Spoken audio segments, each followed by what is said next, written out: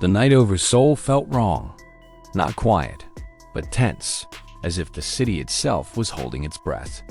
The clouds hung low and heavy, unmoving, pressing down on the world like a lid sealed too tight. Even the wind moved cautiously, slipping between buildings in soft, uneasy whispers. And at the center of it all stood Jinwoo. He was alone on the rooftop of the Hunter Association building, standing near the edge, hands resting calmly in his pockets, coat fluttering slightly behind him.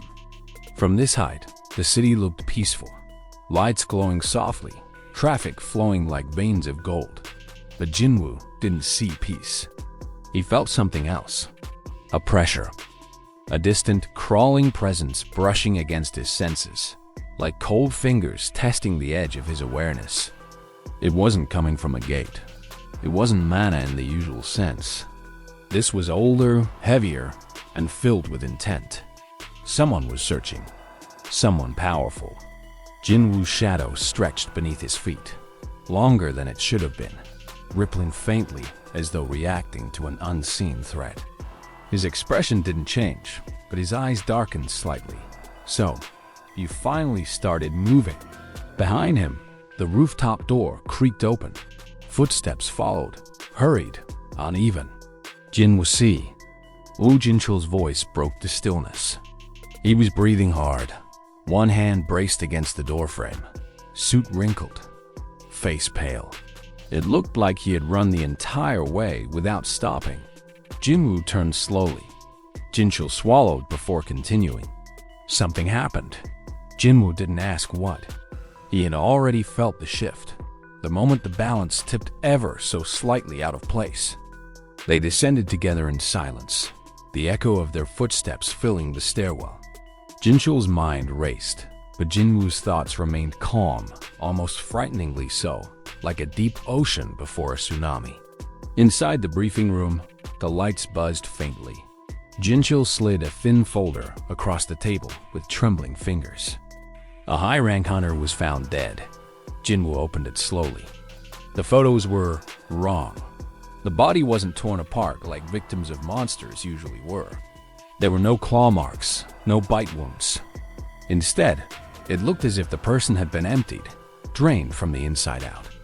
The skin was gray, lifeless, the expression frozen in pure terror. But Jinwoo wasn't focused on the corpse.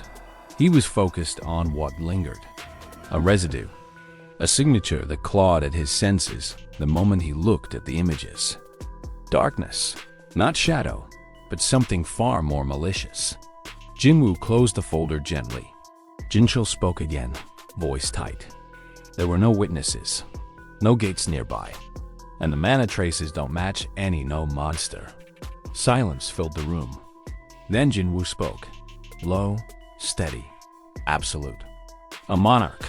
The word alone seemed to dim the lights. Jinchul froze. A what? Jinwoo leaned back slightly, shadows pooling faintly around his feet. They're testing the world again, hunting quietly, seeing how much they can take, before everything collapses. Jinchul's throat went dry. Are they coming for you? Jinwoo didn't answer immediately, because at that exact moment, he felt it.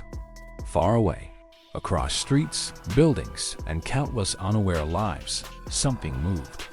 The streetlights flickered. One by one, they died.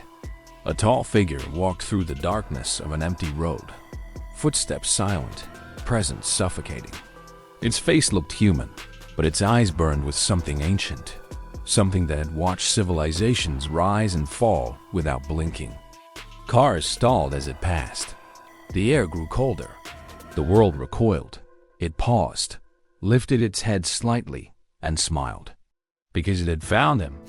Jinwoo's shadow twitched violently for a split second before settling again. Jinchul noticed. Jinwoo saw. Jinwoo stood. It's close. The pressure in the room intensified, as if gravity itself had thickened. Jinchul stepped back instinctively, heart pounding. What should we do? Jinwoo walked toward the door, every step slow, deliberate, calm. Nothing. He stopped, turned his head slightly. This isn't a battle hunters can interfere with. The lights flickered. Outside, thunder rolled, deep and distant. Jinwoo's shadow rose behind him, towering, stretching across the walls like a living crown of darkness. This is a war between kings. Far away, the monarch vanished from the street, not by speed, not by magic, but as if reality simply made room for it. A ripple passed through space, and Jinwoo felt it. He smiled faintly, not with joy, not with arrogance, but with readiness. "So, you came yourself." The shadows answered him, writhing softly, eager. The storm finally broke. Lightning tore across the sky, and somewhere between the thunder and the darkness, two rulers moved closer to their inevitable collision.